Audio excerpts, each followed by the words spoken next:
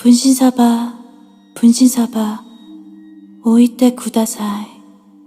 Hi guys, ये story मुझे शहजाद नामी शख्स ने सेंड की है और ये कहते हैं कि इनके साथ ये वाक़यात उस वक्त शुरू हुए जब ये पुराने घर से नए घर में शिफ्ट हुए थे। इस नए घर में 4 कमरे थे। इन चारों कमरों के अंदर एक और कमरा था जिसे हम एज आ स्टोर रूम यूज़ करते थे।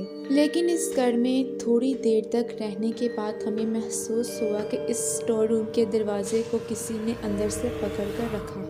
यानी आप ये समझ लें कि कभी कभी कोई अंदर से दरवाजे का हैंडल शेक करता था।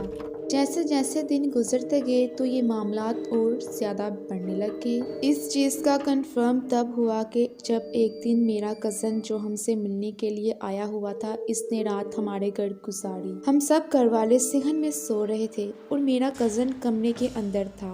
वो इसी कमरे में था जिस कमरे के साथ ही स्टोर रूम भी था। रात को अचानक मेरे कज़न ने चिल्लाना शुरू कर दिया,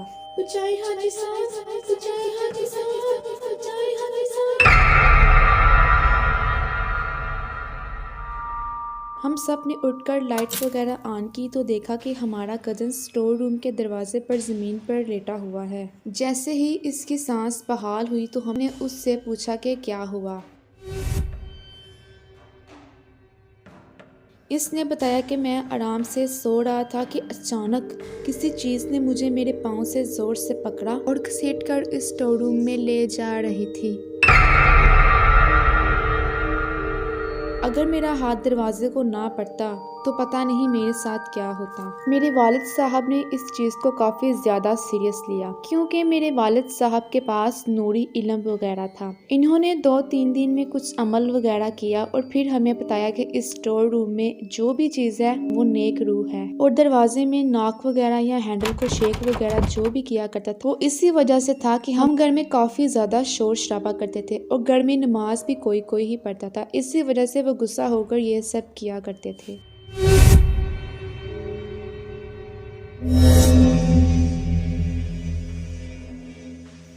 इसके बाद हमने इस कमरे में दिया वगैरह चलाना शुरू कर दिया और नमाज वगैरह हम इसी कमरे में अक्सर पढ़ा करते थे। ये सारा अमल करने के बाद हमारे साथ फिर से मामलात वगैरह शुरू हो गए।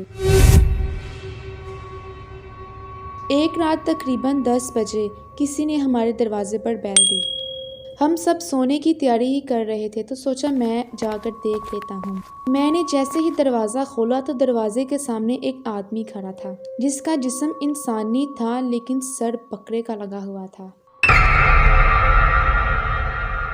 ये देखकर मैंने फ़ौरन से चीखें मारनी शुरू कर दी और भागकर घर के अंदर चला गया और सबको बताया। जब हम सब ने बाहर जाकर दोबारा देखा तो गली में कोई भी चीज़ ना थी। इसके बाद मेरा इन चीज़ों पर यकीन ज़्यादा हो गया। एक दिन मैं अपने कमरे में बैठकर पढ़ाई वगैरह कर रहा था। ये तकरीबन दोपहर का टाइम था तो मुझे ऐसा महसूस हुआ कि जैसे कमरे के सामने से कोई चीज़ तेजी से गुजर कर गई है। मैं फौरन से बेड से उठा और जैसे ही बाहर जाने के लिए मुड़ा तो मैंने एक भयानक और खौफनाक चेहरा देखा।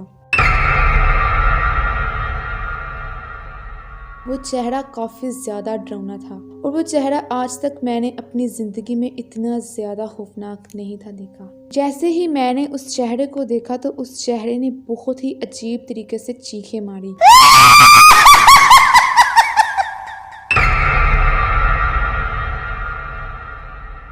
इसी के साथ मैं बेहोश हो गया। मुझे तो ऐसा लगा था कि जैसे मैं अब ख़त्म हो चुका हूँ। जब मुझे होश आई तो मैंने ये सारी बात घर वालों को बताई। घर वालों ने मुझे कहा कि तुम्हारा वहम होगा। मुझे पता था कि मेरे घर वाले मुझे झूठे दिलासे दे रहे हैं ताकि मैं इन चीज़ों को ज़्यादा महसूस ना करूँ, लेकिन मैं अपने साथ सबसे ज़्यादा खौफनाक पेश आने वाला वाक़या नहीं भुला सकता। तो ये थी आज की एक हॉरिबल स्टोरी। अच्छी लगी हो तो इसे लाइक और सब्सक्राइब करें। Thanks for watching.